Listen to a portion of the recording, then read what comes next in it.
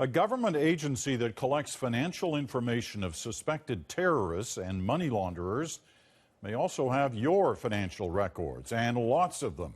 Canada's Privacy Commissioner says along with suspected criminal transactions, the agency known as FINTRAC collects the bank records of ordinary Canadians, people under no suspicion, and it keeps them too. Our national affairs specialist, Greg Weston, has more on this. Greg.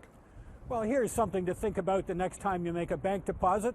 By the next day, you could be a person of interest to a secretive government agency that tracks terrorists and money launderers.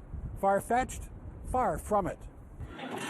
By law, Canadian banks, casinos, and other businesses have to report any transactions they suspect may be linked to terrorism or money laundering.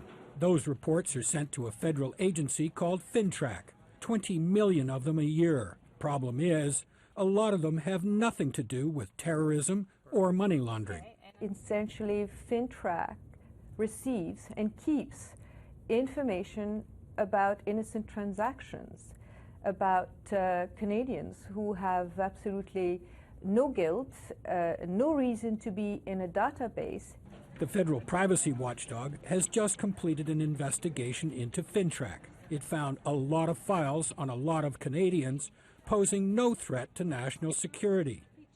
Many people were selling homes or buying cars or sending some cash to their kids overseas. In one case, a bank filed a suspicious transaction report when a shopkeeper deposited $570 in cash. We could not see how a suspicion of illegal activity could really be justified. Bernier says no one has any idea how many innocent Canadians are in the FINTRAC database with suspected terrorists. The agency has amassed over 165 million files. Canadians wrongly scooped up by FINTRAC may never know. You can't actually correct the misinformation. We have no real mechanism for redress for individual Canadians. Vaughan says people mistakenly flagged to FINTRAC may suffer all kinds of consequences and never know why.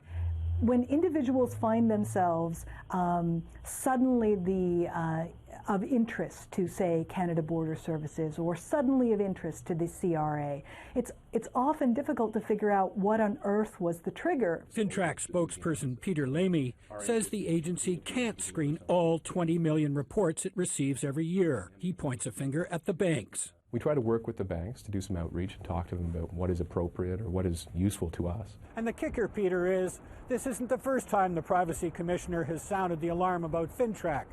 A similar investigation in 2009 found almost all the same problems. Greg Weston in Ottawa. Thanks, Greg.